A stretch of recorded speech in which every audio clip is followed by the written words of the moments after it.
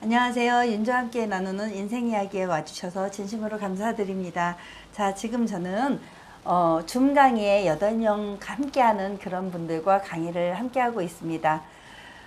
줌 강의 하다 보면 다 못 알아듣고 가시는 분들이 계셔서 이렇게 보충을 또 이야기해 드리고 있습니다. 그래서 유튜브 여러분들과 함께 공유하겠습니다. 감사합니다.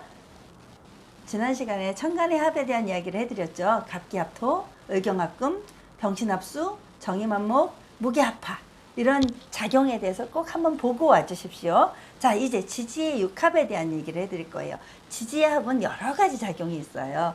그 중에서 육합 같은 경우는요. 자, 첫 번째 육합 같은 경우는요. 자수와 축토의 합입니다. 자수와 축토가 만나서 합이 토가 되는 현상이 나타나는 거예요.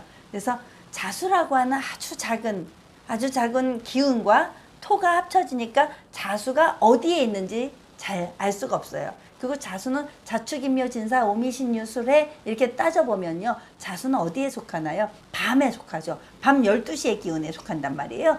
그래서 이 밤과의 합, 또 얘도 아주 깊은 자축에 속하니까 그 비밀스러운 그런 작용을 갖게 돼요. 그래서 자와 축이 있는 사람들은 원래 밤에 하는 일에 많이 노출되어 있고요. 그래서 비밀스러운 관계를 유지하게 된다. 그래서 음기가 강하다. 음기의 성향을 갖는다. 이렇게 보는 거예요. 그래서 비밀이 많은 사주 이런 경우를 볼 수 있습니다. 그래서 가까운 장소에서 이렇게 발생하는 그런 관계가 자축합토가 이루어지게 됩니다. 자축, 인묘 이렇게 가거든요. 그러면 두 번째 인목과 해라고 하는 해수가 인목과 해수가 만나서 인해한 목이 되는 거예요. 이 수의 기운을 다 활용해서 목을 더 크게 탄생시킨다 이런 게 되는 건데요. 인목과 해수가 만나서 관계가 이루어지는 거니까 얘네 둘 다 어떤 글자냐면요. 역마성을 가진 글자예요. 그러니까 역마의 합이라고 하면 되는 거예요. 그래서 자, 또 사주에서 예전에 이제 중국에서 건너온 학문 중에 하나인데요. 맹파명리 이런 경우 같은 경우는 일반 우리 명리학하고는 다르게 여기에 인과 해가 있고 여기에 또 해가 있다. 뭐 아니면 또는 저기에 인이 있고 일지예요. 인이 있고 여기에 해수가 있다. 그러면 이럴 때 무엇으로 보냐면요. 멀리서 연인이 찾아오더라. 굉장히 먼 거리의 사람과 결혼을 하더라. 이렇게 보기도 합니다. 그러니까 다양하게 접근을 해서 보면 이렇게 역마의 관계, 멀리서 교우하는 관계 이런 경우는 부부합이라기보다는요. 뭐 스승님과 제자의 합 이런 것처럼 그 인물 관계도에서도 그렇고요. 이렇게 거리가 이렇게 되는 거예요. 물리적인 거리, 정신적인 거리 이런 게 좀 거리가 있게 느껴지는 한 목이 되는 거죠. 자, 이제 묘술합화를 볼게요. 자, 묘목이라고 하는 묘와 술토라고 하는 술이 만나서 묘목과 목과 술토의 토가 만나서 화가 되는 거예요. 이렇게 재주가 많은 이 술토는 기예성을 가져요. 기예. 그래서 천예성이라고도 해요. 그래서 그 여러 가지 그 기예들이 만나서 예술성을 띠는 사주가 바로 묘술합화예요. 그러면 묘술 또 하나가 뭐 있을까요? 술의 천문성까지 이렇게 사주가 있다면 굉장히 많은 그 예술성을 이미 타고난 걸로 보겠죠. 그러니까 천문성 같은 걸 갖는 거니까요. 자, 그럼 묘술합화도 같은 역할을 갖게 돼요. 또 하나 묘유술까지도 봐야겠네요. 유금까지도 같이 봐도 되겠어요. 자, 그러면 순수한 사랑의 의미가 강해요. 이 사람들은 그냥 묘목이라고 하는 어린 묘목이 술토를 만나기 때문에 순수한 사이가 굉장히 많고요. 신분이나 나이 차이가 있는 사람들이 많이 만나더라. 예전에 왜 조선시대에도 보면 신분을 뛰어넘은 사랑들 많이 보잖아요. 뭐 무수리와의 사랑 뭐 이런 경우도 묘술합화의 사이에서 많이 나타나는 현상이었어요.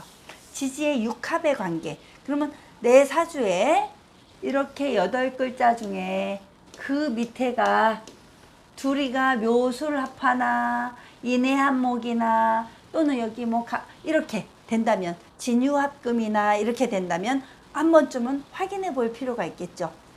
그러면 이제 여기가 진토라고 봤을 때 유금이라고 하는 요 유금이 있을 때의 관계를 볼게요. 진토와 유금이 만나서 어떻게 되냐면 새로운 관계도를 형성하게 되는 거예요. 그러면 진토가 유금에 어떻게 될까요?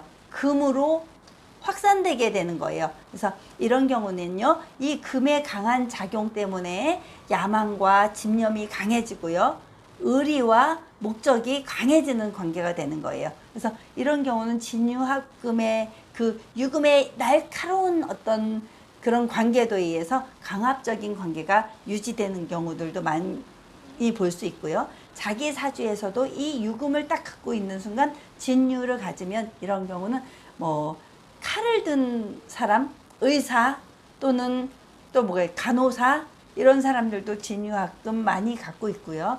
하다못해 그 정육점에서 고기 써시는 분들도 이렇게 진유합금을 많이 갖고 있는 걸 볼 수 있습니다. 자, 이제 사신합수의 관계를 볼게요.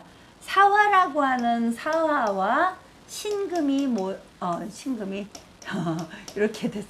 사신합수가 되는 거예요. 자, 얘는 사화가 만나서 신금이 만나서 수가 만들어졌다. 그렇게 되는 거니까 완전히 그 금의 작용이 불꽃을 만나면 어떻게 되나요? 우리가 왜 용광로에 타는 그런 포항제철에 가면 막 지글지글 끓어서 이 수의 기운이 나오잖아요. 액체화된 금. 액체화된 금을 보면 돼요. 그래서 이런 경우는 역시 인신사의 역마성을 가지고 있으니까 역마의 합이 되는 거예요. 그러니까 역마성이 강해지겠죠.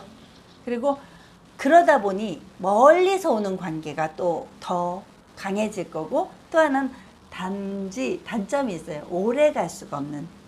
이 사신합수가 되었다 하더라도 이 금의 관계는 금으로 돌아가는 속성, 화의 관계는 화로 돌아가는 속성을 갖게 돼요. 그래서 이 수가 금방 고갈되고 그런 거죠. 그 용광로에서 이렇게 수를 만들었지만 그 수를 만들어서 어떤 조형물 속에 부으면 다시 조각품이 돼버리고 마는, 그렇게 돌아가 버리는 회귀 본능이 있게 되는 거예요. 그게 바로 사신합수의 관계인데, 이런 경우는 사교성을 더 강하게 띠게 되고 상대방을 배려하는 그런 관계가 필요한 관계가 되는 거예요. 자, 이제 오미합화의 관계를 볼게요. 사주에, 자기 사주에 오가 있고 미토에 미토가 있다면 화와 토의 관계가 만나서 오미합화가 되는 거예요.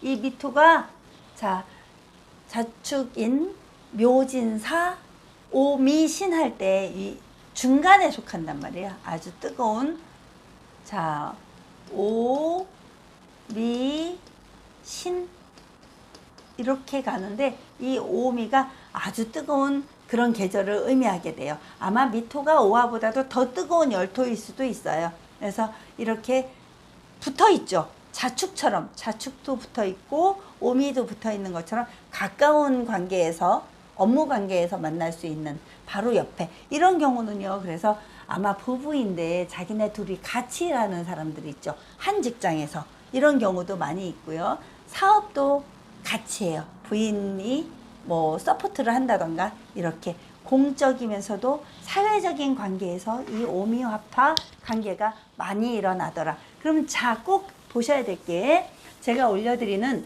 천간의 합과 지지합을 이렇게 묶어서 보셔야 돼요. 그러면 윤조 천간의 합, 윤조 지지의 합, 이렇게 묶어서 보면 같은 이런 작용을 같이 확인해서 보실 수 있을 거예요. 이제 생왕묘에 따른 삼합을 보여드릴게요.